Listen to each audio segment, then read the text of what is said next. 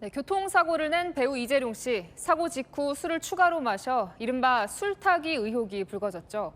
재판에 넘겨졌는데 정작 음주운전 혐의는 빠졌습니다. 어떤 이유인지 송진섭 기자가 취재했습니다. 늦은 밤 빠르게 질주하는 흰색 승용차. 속도를 줄이지 않은 채 중앙 분리대를 들이받은 뒤 그대로 사라집니다. 이 차 운전대를 잡은 사람은 배우 이재룡 씨. 검찰은 어제 이 씨를 불구속 기소했습니다. 하지만 이 씨에게 음주운전 혐의는 적용하지 않았습니다. 앞서 이 씨는 경찰 조사에서 소주 4잔을 마시고 차를 몬 사실을 인정했습니다. 하지만 현장에서 음주 측정을 하지 못했기 때문에 음주 시간과 음주량을 고려해 사고 당시 혈중 알코올 농도를 추산해야 했습니다. 그 결과 음주운전 처벌 최소 기준인 0.03%를 넘지 않은 걸로 보인다는 게 검찰의 결론이었습니다. 검찰은 대신 이 씨에게 음주 측정 방해 혐의를 적용했습니다. 이 씨가 사고 후 술을 마시는 이른바 술타기 수법으로 정확한 음주 측정을 어렵게 했다고 본 겁니다. 이 씨는 사고 직후 모임에 참석해 술을 추가로 마셨다가 약 3시간 뒤 경찰에 붙잡혔습니다. 채널A 뉴스 송진섭입니다. 지난 3월이죠. 술을 마신 뒤 교통사고를 내고도 조치 없이 현장을 떠나 이른바 술타기를 한 혐의를 받고 있는 배우 이재룡 씨가 재판에 넘겨졌습니다. 그런데 음주운전 혐의는 제외됐습니다. 이재룡 씨도 음주를 시인했는데 이게 어찌된 일인가요? 먼저 당시 이재룡 씨 발언부터 들어보겠습니다.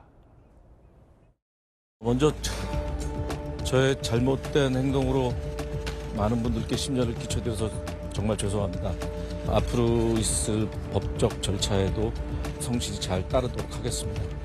다시 한번 저의 잘못에 대해서 사과드리겠습니다. 음주운전 혐의는 인정하셨나요? 그거는 이미 오래전에 그날 바로 인정을 했었습니다. 가드레일 들이받고서도 계속 운전하신 이유는 뭐죠? 그걸 그렇게 인지를 못했었어요. 나중에 따로 음주 말씀드리겠습니다. 전력이 있는데 다시 운전대 잡으신 이유는 뭘까요? 잘못했습니다. 죄송합니다. 술타기 시도하신 거 인정하셨을까요? 죄송합니다. 예, 서정빈 변호사와 이야기 나눠보겠습니다. 어서 오세요. 네, 안녕하십니까. 제가 당시에 영상을 하나 보면서 먼저 설명을 드린 뒤에 이야기를 나누면 좋을 것 같아요.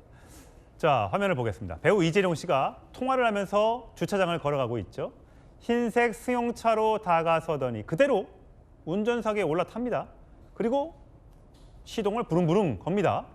자, 잠시 후 주차장을 빠져나간 차량, 큰 길 쪽으로 이동을 하죠. 이렇게 이 씨가 주차장에서 차를 빼는 모습이 이렇게 CCTV에 딱 찍혔습니다. 그리고 10분 뒤에 이 씨는 도로 저렇게 중앙분리대를 들이받고 멈춰 섰습니다. 그리고 경찰이 저렇게 출동을 하고요.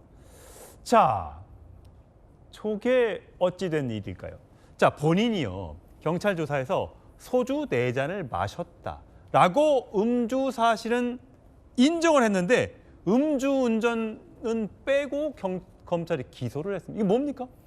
일단 술을 마신 사실은 인정이 될 수가 있는데 그렇다고 해서 운전 당시의 혈중 알코올 농도가 이 처벌 기준에 해당한다, 미친다고 볼 수 있는지와 관련해서 증거가 부족했다라고 이제 판단을 한 겁니다. 지금 음주 혈중 알코올 농도가 0.03까지가 되면 이제 처벌을 받는 거죠. 네, 그렇습니다. 그래서 초기에 이제 경찰은 음주운전까지도 포함을 해서 기소 의견으로 송치를 했습니다. 이 사건처럼 이제 음주 시간 그리고 실제로 이 측정을 한 시간에 차이가 있을 때 이때는 우리가 잘 알고 있는 그 위드마크 공식을 적용을 해서 운전대는 과연 혈중 알코올 농도가 얼마였는지를 추산을 하게 됩니다. 그리고 이제 경찰에서는 이 공식에 대입을 했더니 이재룡 씨의 혈중 알코올 농도가 운전 시에 최소한 0.03% 이상이었다라고 판단을 한 거죠. 그래서 기소 의견으로 송치를 했는데 검찰에서는 다르게 판단을 한 겁니다. 그래서 이 음주운전은 빼고 이것은 불기소로 처리를 하고 나머지 사고 미조치 그리고 음주 측정 거부로만 기소를 하게 됐습니다. 그러니까 저기 아까 가드레일 들이받는 사고를 내고 현장을 이탈한 거잖아요. 사람은 안 다쳤지만 현장을 이탈했어요. 그리고 또 지인들과 어울려 술을 마셨다는 거죠. 그러니까 이제 그 술을 마신 게 이재룡 씨는 원래 약속이 돼 있던 거였고 그렇게 약속해서 술을 마셨다.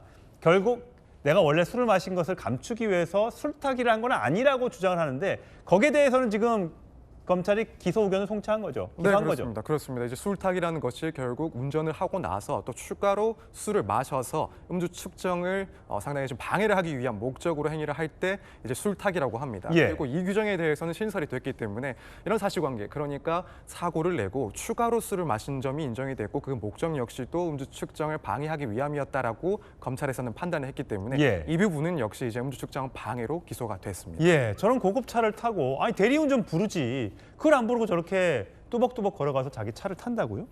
전 유명인이기 때문에 더더욱 있어서는 안 되는 일인데 당시 본인이 소주 4잔을 마셨다고 했습니다. 도대체 그때 저희가 식당 영수증을 보여드릴 텐데 3월 6일이었습니다.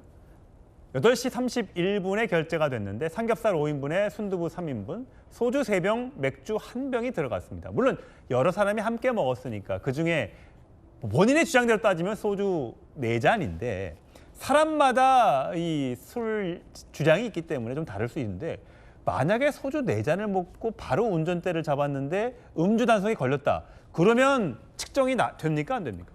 그러면 사실 측정됐을 가능성, 그러니까 혈중 알코올 농도가 0.03% 이상이 나왔을 가능성도 좀 배제는 할 수가 없는 수준인 것 같습니다. 물론 여러 가지 변수가 있습니다만 사실 지금 검찰에서 불기소 결정을 한 것은 아까 말씀드린 그 위드마크 공식을 이 피의자에게 최대한 유리하게 적용을 했을 때 근데 왜 기준치에 묻- 아니 우리가 네. 음주운전자 피의자를 왜 유리하게 상황 참작을 해줘야 되는 겁니까? 왜냐하면 사실 이건 사후에 측정한 값을 두고 역으로 추정을 하는 그런 공식에 의한 것이다 보니까 법원에서 판단을 받을 때는 최대한 피의자에게 유리하게 판단해 주는 것이 형사 원칙상 맞기 때문에 그렇습니다. 그래서 공식상으로는 일단 가장 최대치, 유리한 최대치를 설정을 해줬기 때문에 기소를 하지 않은 것이고 만약 실제로 이 정도 술을 마시고 즉각 적발이 됐다라고 한다면 0.03%를 조금 넘을 수도 있지 않을까 이렇게 생각이 되긴 합니다. 근데 그렇다면 이게 잘못된 시그널을 줄 수 있는 게 그러면 현장에서 술 마시고 음주했다 사고 나면 일단 차 버리고 도망갔다가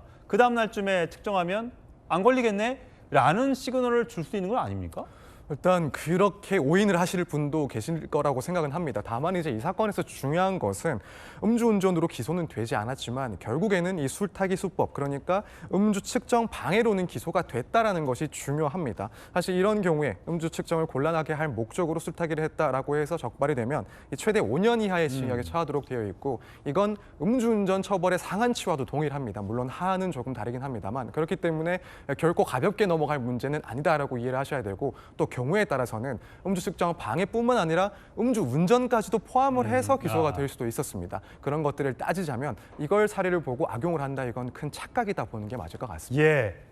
술 한 모금도 마시고 운전하면 안 됩니다. 특히 이렇게 더운 여름에는 더 많이 오릅니다. 술 기운이요. 절대 하지 말아야 할 행동입니다. 지금까지 서정민 변호사였습니다. 고맙습니다. 사건을 보다 시작하겠습니다. 사회부 서상희 사건팀장 나와 있습니다. 자, 첫 번째 사건 보겠습니다. 탤런트 이재룡 씨인데 사고 직후에도 술을 마셔서 술타기 한 거 아니냐 이런 의혹이 있지 않았습니까? 네, 이재룡 씨의 행적에 대해 의구심이 많은데 저희가 추가 행적을 확인했습니다. 영상을 한번 확인해 보시죠. 이재룡 씨 자택 인근의 CCTV입니다. 경찰이 출동을 합니다. 잠시 뒤에 순찰차 한 대가 더 지나가는 모습입니다. 이재룡 씨를 붙잡기 위해 경찰이 출동하는 모습인데 그날의 행적을 짚어보죠. 지난 6일입니다. 강남의 골목길, 이재룡 씨 모습이 보이죠. 일행과 함께 고깃집에서 술을 마시고 나왔는데요. 이후에 인근 집을 들렸다가 지금 보시는 것처럼 자신의 차를 몰고 도로 한복판 중앙분리대를 들이받는 사고를 냈습니다. 문제는 이후의 행적입니다. 이재룡 씨가 사고 이후에도요. 집에 차를 대고 또 다른 식당에 들린 건데 이 행적에 주목을 해야 합니다. 저희가 취재를 해보니까요. 당시 식당에서 이 씨는 동석자 2명과 함께 있었고요. 증류주 1병을 주문했고 룸 형태의 좌석이라서 경찰도 이 CCTV 확인이 어려울 수 있다고 합니다. 이 씨 측은 약속된 자리였다 이렇게 주장하는 것으로 전해지는데 경찰 수사에 혼선을 주기 위해 사고 이후에도 추가로 식당을 들려서 술을 마신 게 아닌지 현재 집중 수사 중입니다. 음주운전 혐의로 조사를 받은 배우 이재룡 씨가 사고 후에 지인의 집이 아닌 식당에 방문한 정황이 추가로 드러나면서 논란이 되고 있습니다. 이재룡 씨는 사고 전 음주 사실은 인정을 했지만 사고 후 이른바 술타기 의혹에 대해서는 부인하고 있습니다. 먼저 저의 잘못된 행동으로 많은 분들께 심려를 끼쳐드려서 정말 죄송합니다. 일단 경찰 조사에 사실대로 다 말씀을 드렸고요. 앞으로 있을 법적 절차에도 성실히 잘 따르도록 하겠습니다. 감사합니다. 오늘 경찰 조사에서 음주운전 혐의는 인정하셨나요? 그거는 이미 오래전에 그날 바로 인정을 했었습니다. 가드레일 들이받고서도 계속 운전하신 이유는 뭐예요? 그걸 그렇게 인지를 못했었습니다. 술타기 시도하신 거 인정하셨을까요? 네, 술타기 시도에 대해서 인정하셨냐는 질문에는 답을 하지 않았습니다만 일단 알려지기로는 부인하고 있다라고 전해지고 있고요. 이재룡 씨가 사고로 낸 것은 이제 지난 6일 밤 11시였고 이후에 식당을 좀 들른 정황이 새롭게 드러난 것 같습니다. 검거가 된 건 지인 집이었는데 이현종 위원님, 중간에 사고 낸 이후에 식당을 갔다라는 새로운 사실이 드러난 거죠? 왜냐하면 이게 이제 경찰이 수사를 하다 보면 여러 가지 CCTV라든지 또 핸드폰의 GPS라든지 이런 걸 통해서 이제 행적을 조사하게 돼 있습니다. 예. 그러면 아마 이제 이재룡 씨 같은 경우도 그 전에 어떤 술집에 들렸는지 이런 것들이 이제 우리가 워낙 CCTV가 잘 돼 있기 때문에 다 이 행적을 검증할 수 있거든요. 아마 제가 볼 때는 경찰에서 그 행적을 조사하다 보니까 지금 본인이 지인의 집에서 이제 검거가 됐는데 사고를 내고 그동안은 지인의 집에 가서 거기서 이제 검거가 됐다 이렇게 알려져 있지 않습니까? 근데 지금 보니까 중간에 식당을 들렸다는 지금 사실이 드러났다는 게 이제 일부 언론 보도를 통해서 드러난 것인데요. 예. 이제 그렇다면 과연 여기를 왜 들렀을까라는 거에 대한 이제 아마 관심이 있을 겁니다. 그러니까 지금 본인이 처음에 사고 난 것도 잘 몰랐다고 이야기를 하잖아요. 그러니까 지금 현재로서는 면허 취소 정도의 어떤 걸로 이제 지금 음주를 한 것으로 본인은 소주 4잔 정도 마셨다고 그러는데 근데 이제 저렇게 들린 걸 보면 예를 들어서 거기서 누가 또 만난 사람이 있는 것인지 식당에서 혼자 한 것인지 그러니까 이런 부분들 그러니까 결국은 본인이 어떤 이 사고를 저지른 것을 다른 사람과 뭔가 상의하기 위해서 만난 것인지 아니면 그냥 술 취한 상태에서 사고 난 줄도 모르고 그냥 또 식당에 들러서 술을 먹고 또 지인 집에 간 것인지 그러니까 이런 이제 정황에 대한 아마 수사가 이제 경찰에서 나올 것 같은데 만약에 두 가지 예를 들어서 정말 전혀 인지도 못하고 또 술 먹으러 갔다라고 한다면 이것 또한 큰 문제고 아니면 뭔가 사고가 나서 수습하기 위해서 누구를 만나기 위해서 갔다라고 한다면 그 상의를 했던 사람도 제가 볼 때는 아마 문제가 될 것 같거든요. 이제 그런 것들이 아마 이제 앞으로 경찰 수사에서 어떤 식으로 드러나는가가 중요할 것 같습니다. 네. 이재룡 씨 측은 일단 처음 이제 문제가 불거진 이후에 술타기 의혹에 대해서는 명확하게 부인을 했었습니다. 예정된 약속에 간 것일 뿐이고 음주 측정을 방해하려는 이유는 아니었다라고 설명을 했는데요. 또 알려지는 소식으로는 경찰이 음주 측정 방해 혐의로도 입건을 했다는 것 같아서요. 박지원 최고위원님, 뭔가 경찰이 추가 정황을 확보했기 때문에 입건을 한 것일 것 같은데 어떤 상황인 걸까요? 경찰로서는 술타기를 의심할 수 있는 상황이죠. 그러니까 술타기라는 게 뭔지를 조금 잘 모르시는 분들도 있을 것 같아서 왜 저런 혐의가 적용이 되는지 먼저 말씀을 드리면 아까 11시에 이제 까지 술을 먹었다고 했잖아요.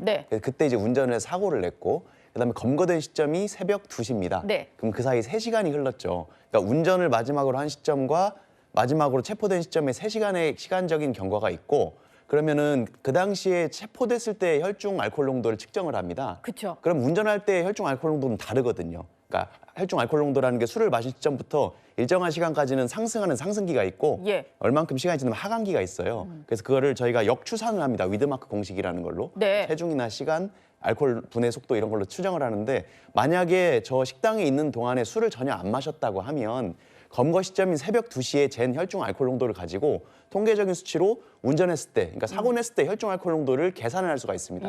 그 계산한 혈중 알코올 농도가 면허 정지 수치 이상이 나와야만 음주운전으로 기소할 수 있는 거예요. 단순히 술 먹고 음주했다고 해서 음주운전으로 기소할 수 있는 게 아니고 근데 만약에 식당에서 술을 먹었다 그러면 그게 혼합이 되니까 측정된 혈중 알코올 농도 중에 운전 전에 먹었던 술의 기여도가 얼마인지 그리고 운전 후에 먹은 술의 기여도가 얼마인지를 분류하기가 어려워집니다. 그래서 경찰이 기소를 못하게 될 수도 있는 거고요. 네. 그렇기 때문에 실제로 음주운전 피의자들이 걸리면은 음주 측정을 거부하면서 막 그 경찰의 제지에도 불구하고 그 자리에 술을 마셔버리는 경우도 있습니다. 술타기를 하려고. 그래서 그런 것들을 하려고 지금 이후에 지인들과 급조해서 약속을 잡고 술을 먹은 거 아니냐라는 혐의점을 가지고 수사하고 있는 것 같습니다. 예. 수사가 진행되고 있으니까 정확하게 어떤 혐의가 인정이 될지는 계속 살펴보도록 하겠습니다.